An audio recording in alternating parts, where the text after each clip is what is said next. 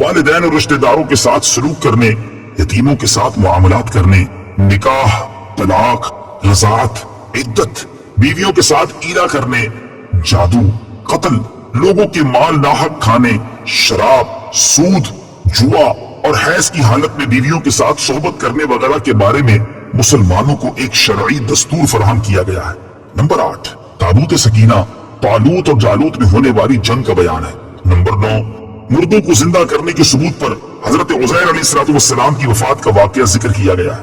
Number 10، حضرت ابراہیم علیہ السلام کو 4 پرندوں کے ذریعے مردوں کو زندہ کرنے پر اللہ تعالیٰ کی قدرت کا نظارہ کروانے کا واقعہ بیان کیا گیا ہے۔ نمبر 11، اس سورت کے آخر میں اللہ تعالیٰ کی بارگاہ میں رجوع کرنے، گناہوں سے توبہ کرنے اور کفار کے خلاف مدد طلب کرنے کی طرف مسلمانوں کو توجہ دلائی گئی ہے اور مسلمانوں کو قیامت کے دن سے ڈرایا گیا ہے۔ سورہ فاتحہ کے ساتھ مناسبت۔ سورہ بقرہ کی اپنے سے ماقبل سورت فاتحہ کے ساتھ مناسبت یہ ہے کہ سورہ فاتحہ میں مسلمانوں کو یہ دعا مانگنے کی تعلیم دی گئی تھی، اہدنا الصراط المستقیم، یعنی اے اللہ ہم کو سیدھا راستہ چلا۔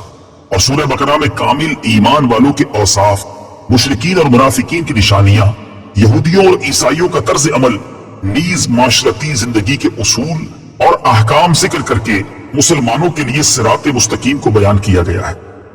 بسم اللہ الرحمن الرحیم۔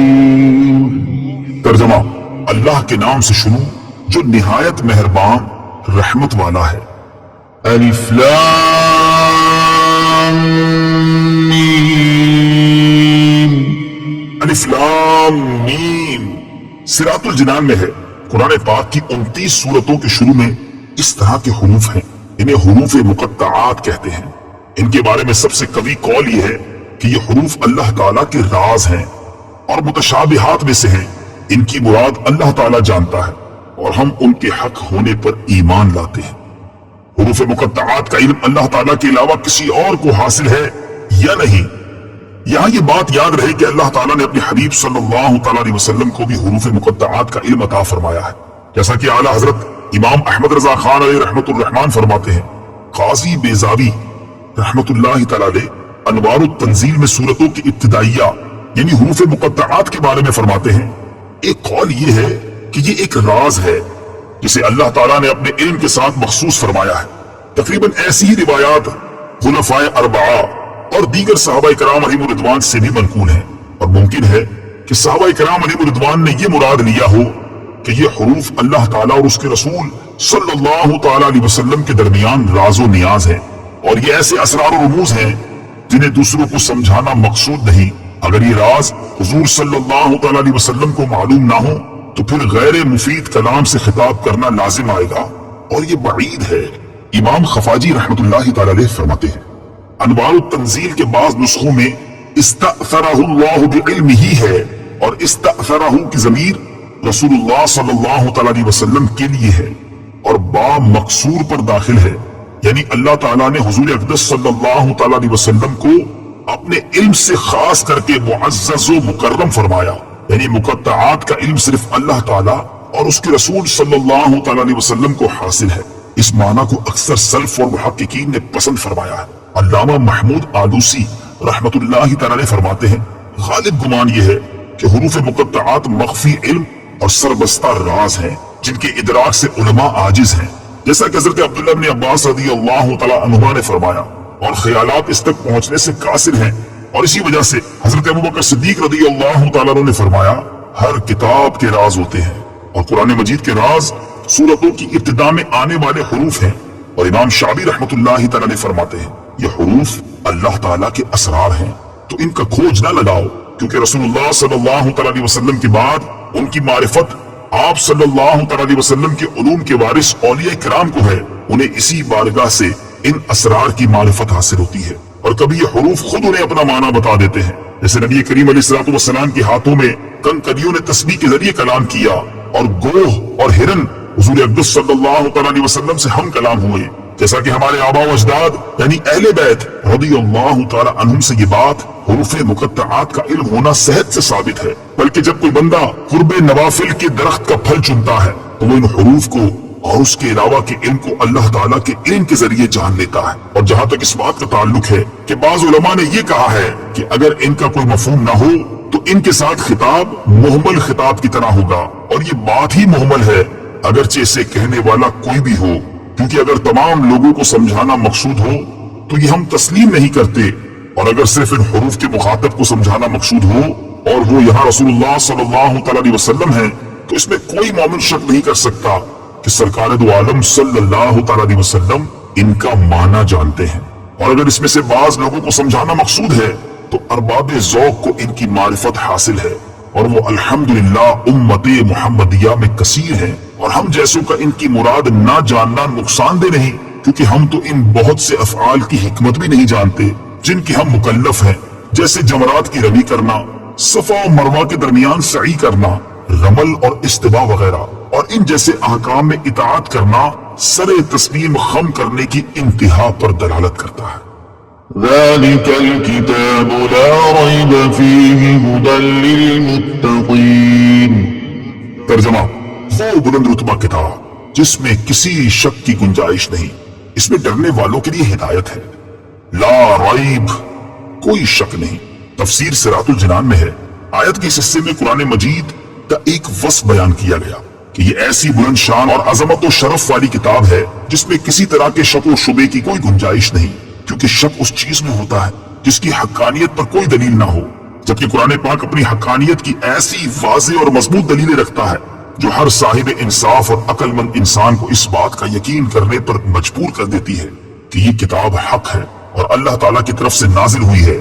تو جیسے کسی اندھے کے انکار سے سورج کا وجود مشکوک نہیں ہوتا، ایسے ہی کسی بے عقل مخالف کے شک اور انکار کرنے سے یہ کتاب مشکوک نہیں ہو سکتی۔ ہدی للمتقین، ڈرنے والوں کے لیے ہدایت ہے۔ تفسیر صراط الجنان میں ہے، آیت کے اس حصے میں قرآن مجید کا ایک اور وصف بیان کیا گیا کہ یہ کتاب ان تمام لوگوں کو حق کی طرف ہدایت دیتی ہے جو اللہ تعالیٰ سے ڈرتے ہیں، اور جو لوگ نہیں ڈرتے انہیں قرآن پاک سے ہدایت حاصل نہیں ہوتی۔ یاد رہے، قرآن پاک کی ہدایت اور رہنمائی اگرچہ مومن اور کافر ہر شخص کے لیے عام ہے، جیسا کہ سورہ بقرہ کی آیت نمبر 185 میں اللہ تعالیٰ نے ارشاد فرمایا، ہدی للناس، یعنی قرآن مجید تمام لوگوں کے لیے ہدایت ہے، لیکن چونکہ قرآن مجید سے حقیقی نفع صرف متقی لوگ حاصل کرتے ہیں، اس لیے یہاں ہدی للمتقین یعنی متقین کے لیے ہدایت فرمایا گیا۔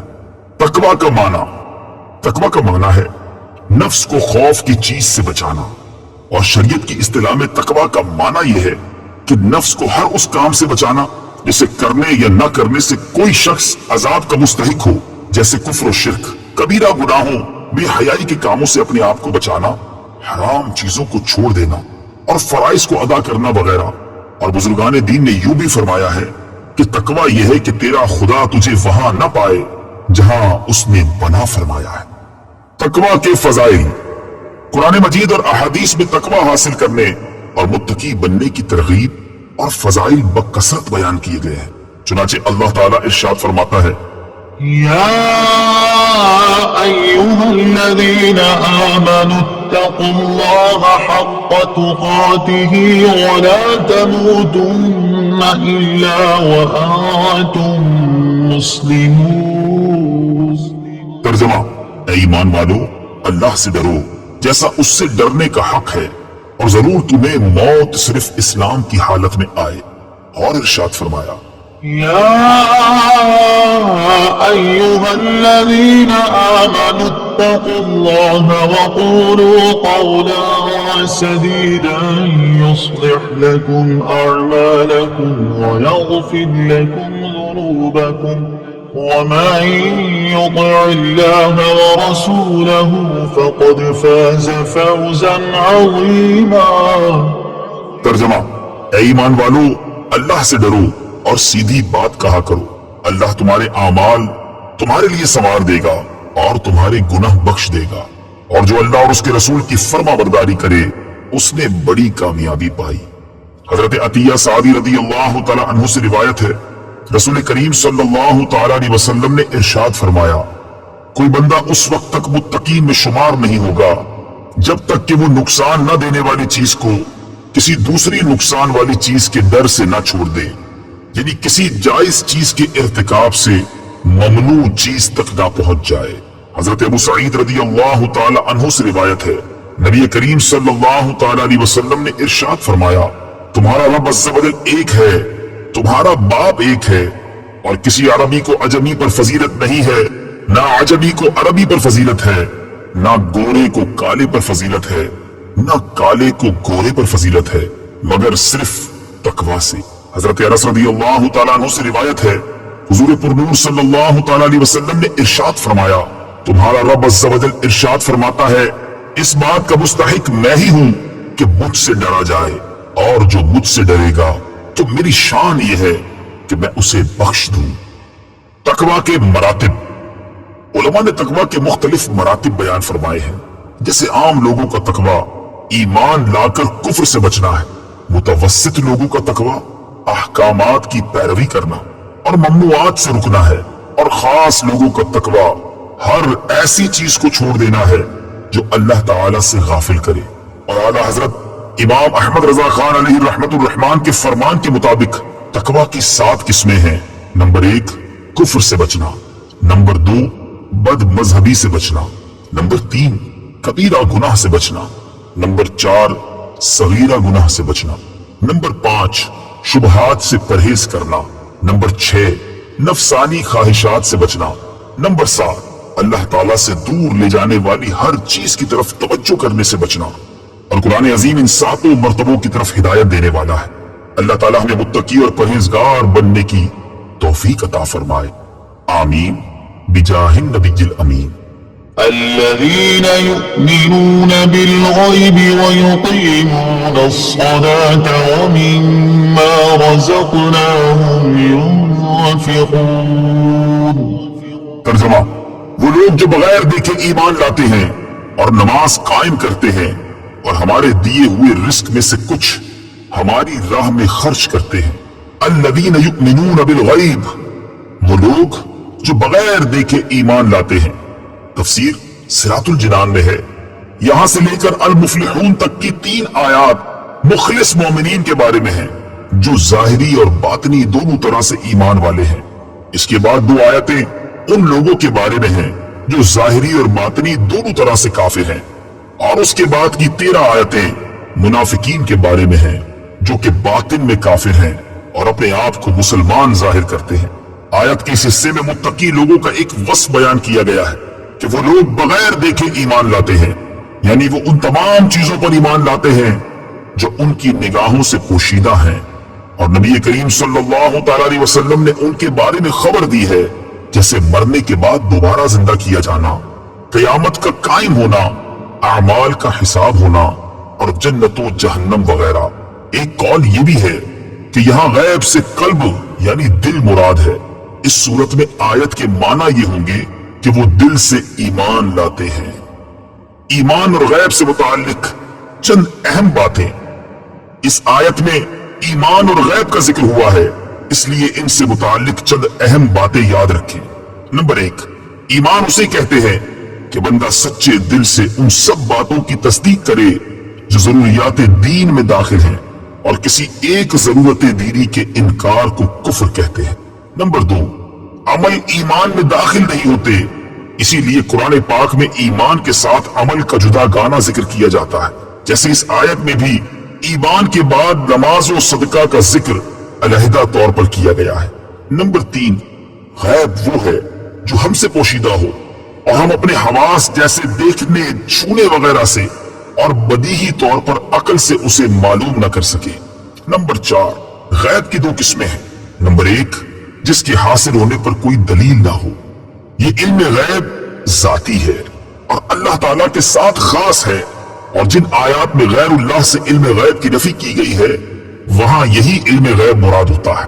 نمبر 2، جس کے حاصل ہونے پر دلیل موجود ہو، جیسے اللہ تعالیٰ کی ذات و صفات، گزشتہ انبیاء کرام علیہ السلام اور قوموں کے احوال، نیز قیامت میں ہونے والے واقعات وغیرہ کا علم، یہ سب اللہ تعالیٰ کے بتانے سے معلوم ہے، اور جہاں بھی غیر اللہ کے لیے غیب کی معلومات کا ثبوت ہے وہاں اللہ تعالیٰ کے بتانے ہی سے ہوتا ہے۔ نمبر 5، اللہ تعالیٰ کے بتائے بغیر کسی کے لیے ایک ذرے کا علم غیب ماننا قطعی کفر ہے۔